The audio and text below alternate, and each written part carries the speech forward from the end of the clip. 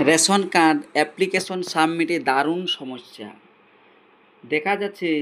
আপনি যদি 4 নম্বর ফর্মে ফিল আপ করেন, 5 নম্বর, 7 নম্বর বা 14 নম্বর ফর্ম ফিল আপ করেন, এতে একটি সমস্যা দেখা যাচ্ছে। সমস্যাটা কি বা কেন এই সমস্যা দেখা যাচ্ছে, কবে এই সমস্যার সমাধান হবে, তা জানার জন্য এই ভিডিওটি শেষ পর্যন্ত দেখুন।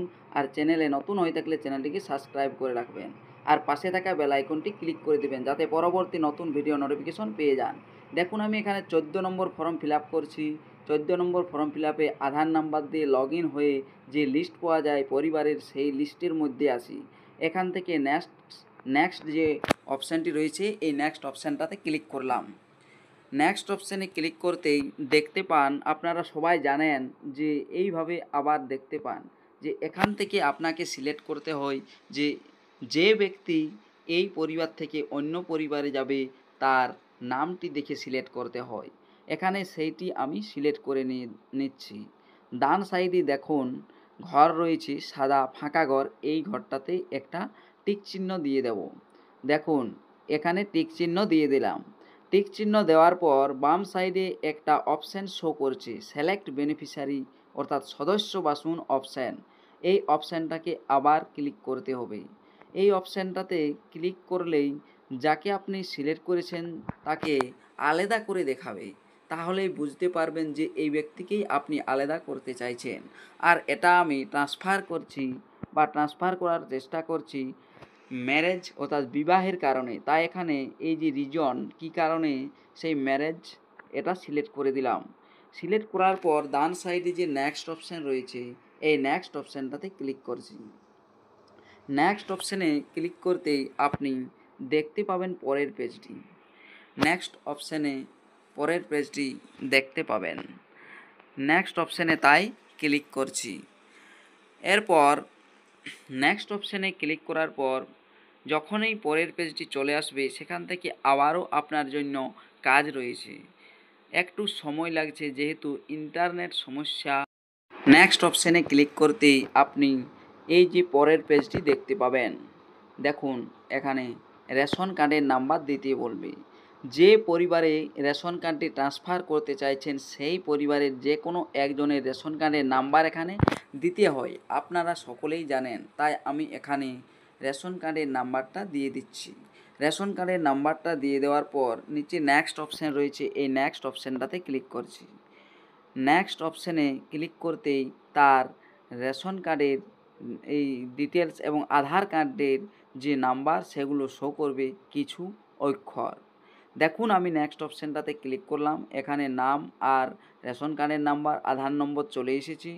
এখানে এই যে বাম সাইডে একটি ছোট্ট ঘর রয়েছে, এই ঘরটাতে টিক চিহ্ন দিয়ে নিচে যে লাল রঙের অপশান রয়েছে, লেখা রয়েছে সাদা হরফে ভেরিফাই আধার, এই অপশানটাতে ক্লিক করছি আধারটা যাচাই করার জন্য।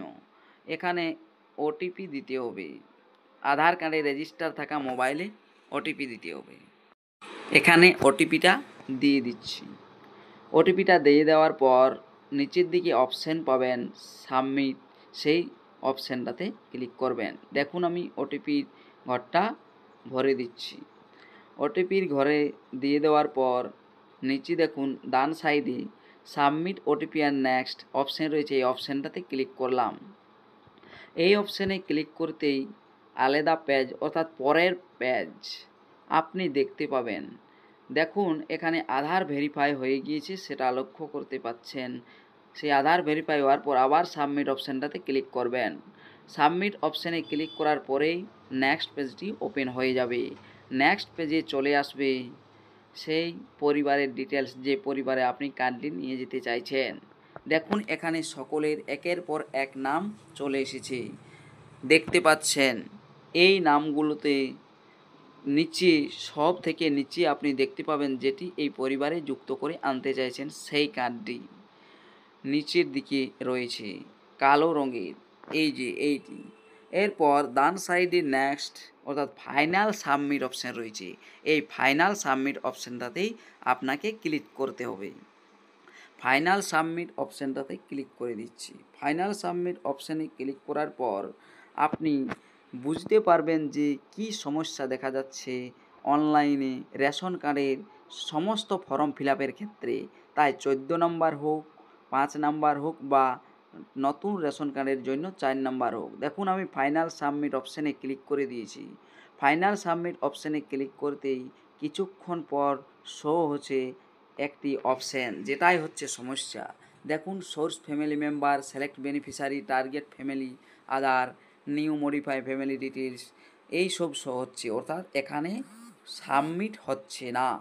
অর্থাৎ আপনি রেশন কার্ডের যে কোনো ফর্মেই সাবমিট করুন অনলাইনে, কাল থেকে অর্থাৎ 2/7/2025 থেকে এখনও পর্যন্ত এই অনলাইনে ফর্ম সাবমিট করা যাচ্ছে না। আপনি যতই চেষ্টা করুন না কেন পুনরায় অ্যাপ্লিকেশন করতে চাইলেও হবে না, কারণ এটি এখন সমস্যা দেখা দিচ্ছে, সার্ভার সমস্যা। এটা কিছু দিনের মধ্যে বা কিছু সময়ের মধ্যেই ঠিক হয়ে যাবে। ঠিক হওয়ার পরেই আপনারা অ্যাপ্লিকেশন করবেন, তার আগে করতে গিয়ে বেকার সময় খরচ হচ্ছে। আপনারা তাই এখন ছেড়ে দিন, এখন করবেন না, পরবর্তী ক্ষেত্রে করবেন। ভিডিও ভালো লাগলে লাইক, কমেন্ট, শেয়ার করে দেবেন।